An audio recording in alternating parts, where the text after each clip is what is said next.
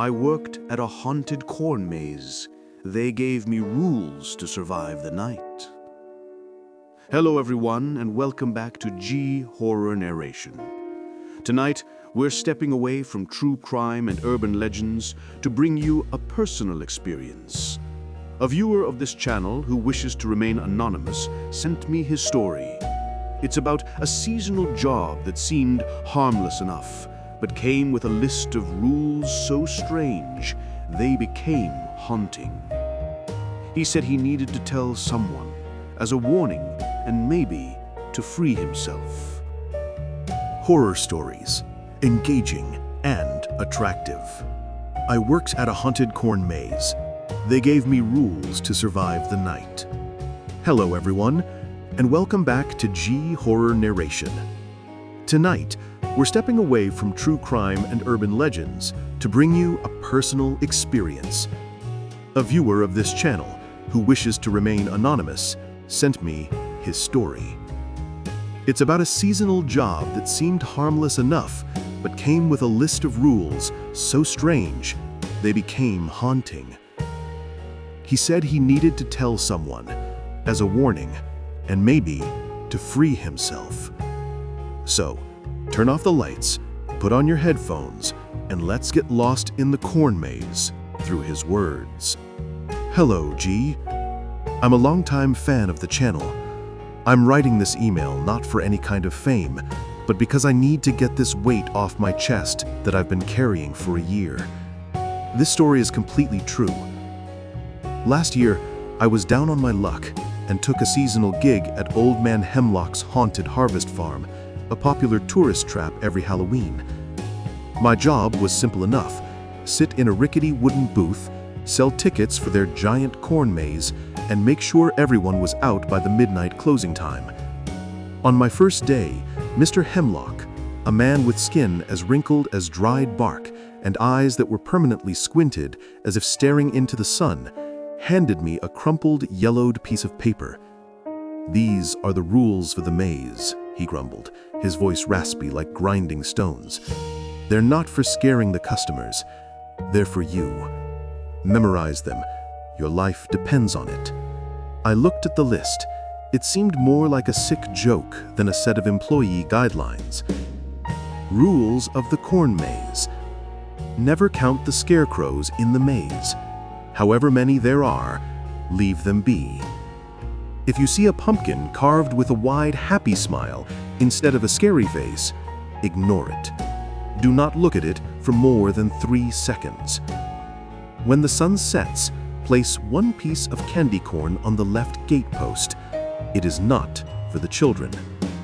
If you hear a flute playing from deep within the maze after 9 p.m., stay in the ticket booth. Lock the door. Do not investigate the sound. When the last guest leaves, lock the gate immediately. No matter what you hear, a cry, a plea for help, do not, under any circumstances, turn around and look back into the maze until sunrise. I laughed, but my smile faded when I saw Mr. Hemlock's dead serious expression.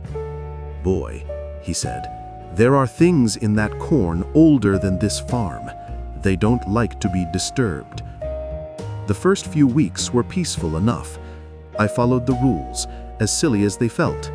Every evening, as the blood-orange sunset stained the sky, I'd place a single tiny piece of candy corn on the gatepost.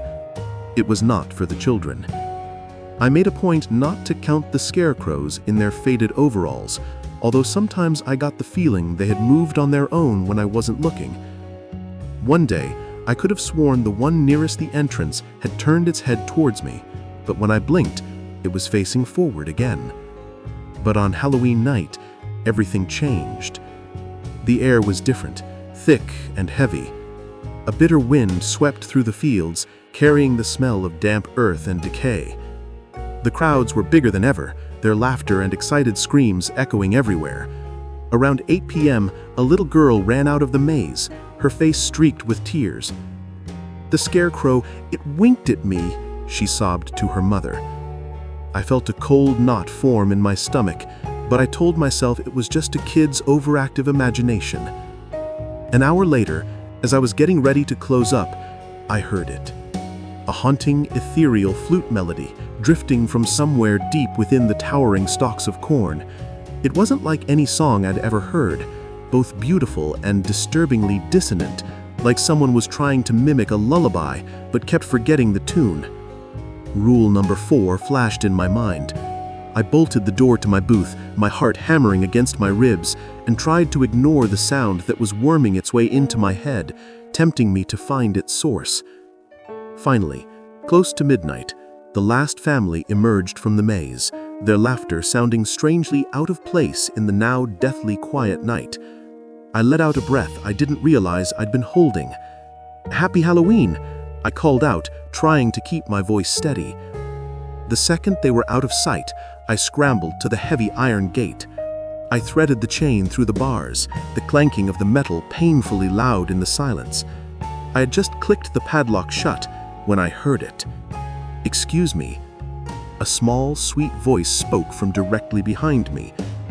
I think I dropped my teddy bear in there." I froze. My blood turned to ice. Rule 5. No matter what you hear, do not turn around and look. "Sorry, kid. The maze is closed," I said, my eyes fixed on the dirt path ahead where my old car was parked. "Come back in the morning." But I'm afraid he'll be lonely," the voice pleaded, closer now. "Please, mister, just open the gate for a little second. It'll be quick." My rational mind was screaming at me to get in my car and drive away. Mr. Hemlock had warned me. But the voice sounded so pathetic, so alone. Maybe it was just a child who had become separated from their family. I couldn't just leave a little kid out here all night. That would be inhuman. Slowly, taking a deep breath, I turned around. The child was standing there, just a few feet away. A little girl in a Halloween dress, holding a worn teddy bear. But something was wrong. Her eyes were too big and entirely black, like deep, bottomless pits. And her smile, it was too wide, stretching almost to her ears, a smile with no joy in it. Then I looked past her, into the maze. All the scarecrows, they weren't on their posts anymore. They were standing in a long line just inside the entrance, dozens of silent figures in tattered clothes. Their heads were all turned towards me, and in the pale moonlight, I could see the stitched smiles on their burlap faces seemed to be stretching wider, as if they were welcoming me. The little girl held up her teddy bear. "He's not lonely anymore," she whispered, and her smile opened wider, revealing a row of sharp, pointed teeth that were not human. I didn't scream. I didn't have the air for it. A primal terror took over. I just turned, sprinted to my car, and slammed on the gas. I dared not look in the rearview mirror. I drove all night with no destination, just running from the haunting flute music that I swear I could still hear in my ears, as if it was being played right behind my seat. I never went back to that farm. I never collected my last paycheck. I don't know what happened to Old Man Hemlock, or to any of the guests who came after, but sometimes, on cold Halloween nights, I place a single piece of candy corn outside my window. A stupid habit, I know, but I broke a rule. And I'm not entirely sure I ever truly made it out of that maze. Thank you to our viewer for having the courage to share his story. Sometimes, the strangest rules are the only things that stand between us and the darkness. Don't forget to like, subscribe, and hit the notification bell for more stories from G Horror Narration. Have a safe night, or not.